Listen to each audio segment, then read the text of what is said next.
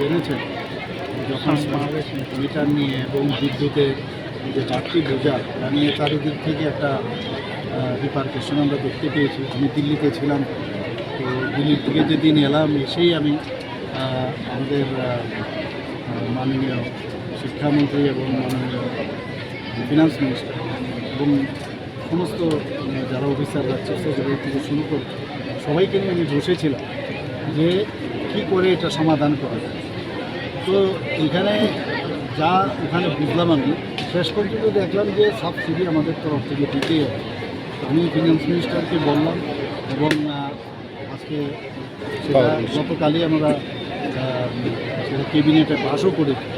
আমরা চাই মানুষ তো ঠিকই আছে, বলা উচিত, কোনো জায়গায় যদি সমস্যা হচ্ছে তো বলা উচিত, এবং আমরা সেই জায়গায় দাঁড়িয়ে আজকে কিন্তু আমার মনে হয় যে পরিত্রাণের একটা ব্যবস্থা করেছি এবং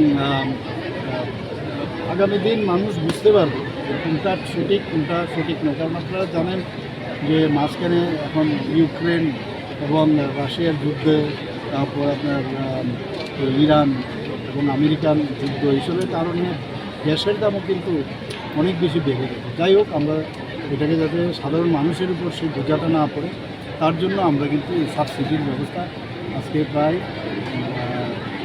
100 কোটি টাকার উপরে আমরা হবে সেটা আমরা দিতে আমাদের এখন যদিও আমাদের আর্থিকের যে বিষয়টা আপনারা সবাই জানেন, সেই জায়গার মধ্যে দাঁড়িয়েও আমরা মানুষের যাতে অসুবিধা না হয় তার